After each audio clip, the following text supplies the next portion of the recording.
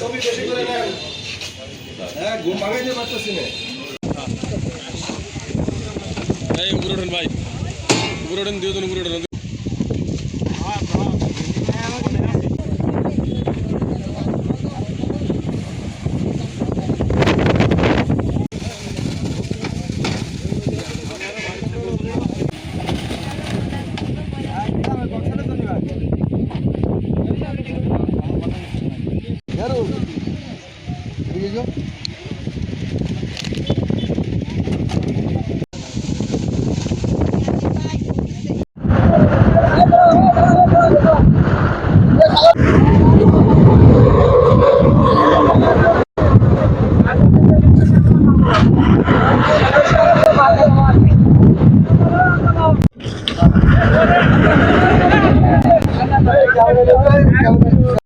আমরা খবর পাই যে 351 ক্যারেট, প্রায় 351 ক্যারেট আম সেটা কার্বাইড দিয়ে পাকানোর পর তারপর সেটা বিভিন্ন জায়গায় বিক্রির একটা পরিকল্পনা ছিল।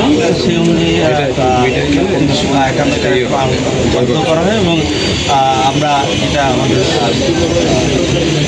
স্পার্টেন্স যারা আছেন এখান থেকে যেটা আমাদের তারা এটা আমগুলো খুলে দেখেছেন যে আমি কাঠের সেটা এখনও পরিপক্ক হয়নি, ফ্রুটস দ্যাট এটা কৃত্রিমভাবে পাকানো হয়েছে। তো সেই হিসেবে এখন আমাদের আমি এখানে পরিদর্শনে এসেছি স্পটে। এছাড়া আমাদের এক্সিকিউটিভ ম্যাজিস্ট্রেট হিসেবে এখানে রয়েছেন আমাদের এসিল্যান্ড বিদ্যুৎ টিপু। তো তার নেতৃত্বে এখন আমরা